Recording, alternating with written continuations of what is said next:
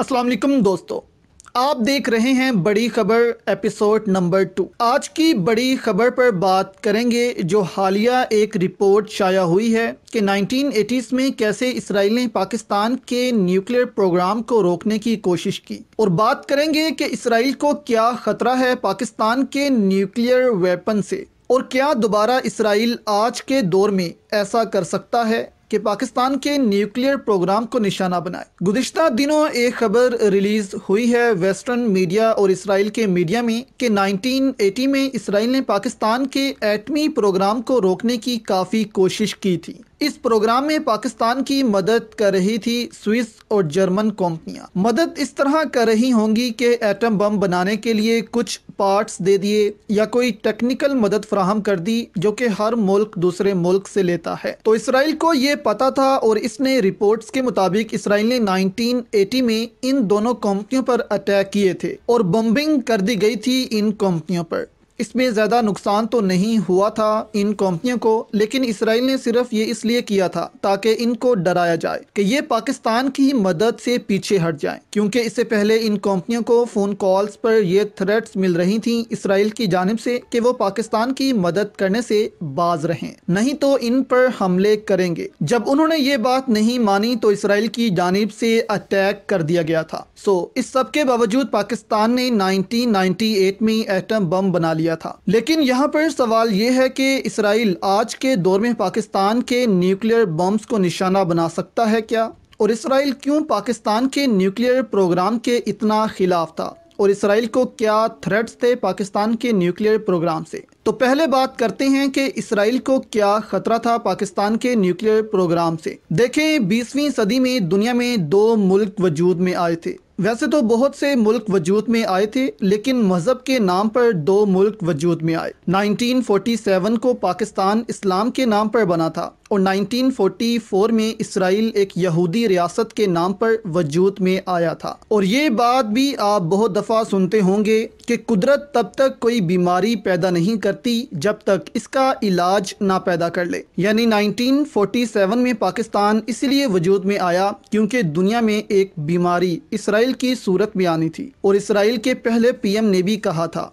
कि पाकिस्तान हमारा हकीकी नजरियाती जवाब है। इसराइल ने आज तक पाकिस्तान पर खुलकर बात नहीं की, हमेशा इसराइल दरवाज़ों के पीछे से ही बात करता है, जबकि पाकिस्तान में इसराइल का नाम खुलकर लिया जाता है, लेकिन इसराइल में ऐसा नहीं किया जाता, और ना इसराइल खुलकर पाकिस्तान के खिलाफ स्टेटमेंट्स जारी करता है। दूसरा, इसराइल इस खौफ में आ गया था कि पाकिस्तान ने अगर एटम बम बना लिया तो ये इसराइल के लिए ही खतरे की घंटी है, क्योंकि पाकिस्तान कभी भी इसराइल को एक्सेप्ट नहीं करेगा, हमेशा फ़लस्तीन के साथ ही खड़ा रहेगा। इसीलिए इसराइल ने पाकिस्तान के न्यूक्लियर प्रोग्राम को निशाना बनाया था, और आज आप देखेंगे पाकिस्तान के मिसाइलों की रेंज में इसराइल भी आ चुका है, और पाकिस्तान चाहे तो न्यूक्लियर अटैक्स कर सकता है इसराइल पर। लेकिन ये इतना भी आसान नहीं, क्योंकि दुनिया में इस वक्त अमेरिका वाहिद मुल्क है जिसने जापान पर न्यूक्लियर बम गिराया था। इसके बाद आज तक कोई ऐसा नहीं कर पाया, क्योंकि ये इतना आसान नहीं होता,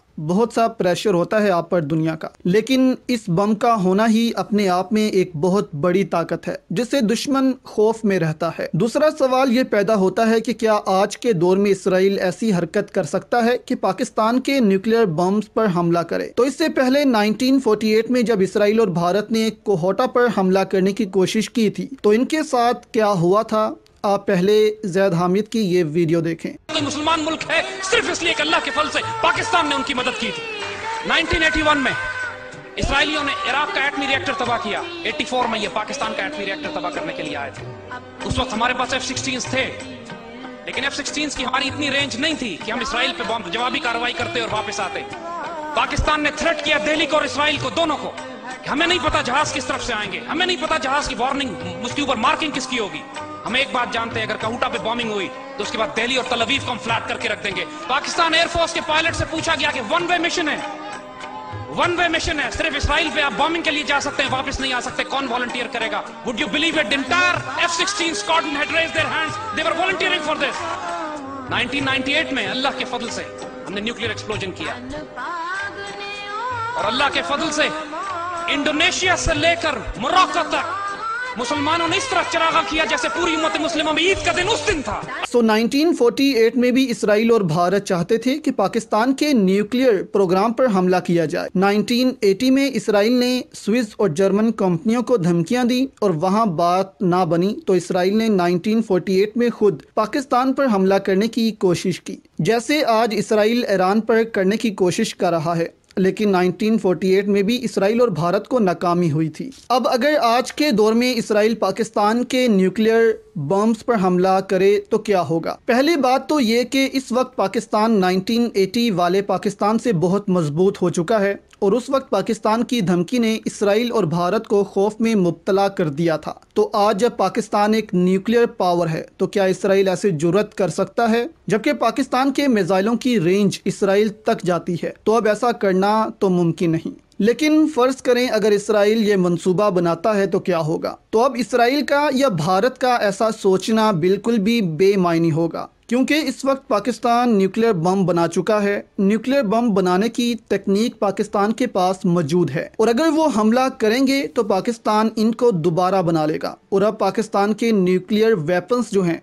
वो पता नहीं कहां कहां पर पड़े हैं। जैसे अगर पाकिस्तान भारत के न्यूक्लियर वेपन्स पर हमला करता है तो भारत दोबारा इसको बना लेगा, क्योंकि ये ममालिक इस वक्त बम बना चुके हैं, तो इन पर हमला करना अब बेमायनी होगा। इसराइल ईरान के न्यूक्लियर रिएक्टर्स पर इसलिए हमला करना चाहता है क्योंकि ईरान अभी तक बम बनाने में कामयाब नहीं हुआ और वो टेक्निक्स अभी तक ईरान के पास नहीं आई। और अगर इसराइल इसमें कामयाब होता है तो ईरान को फिर सालों लगेंगे यहाँ तक पहुँचने के लिए।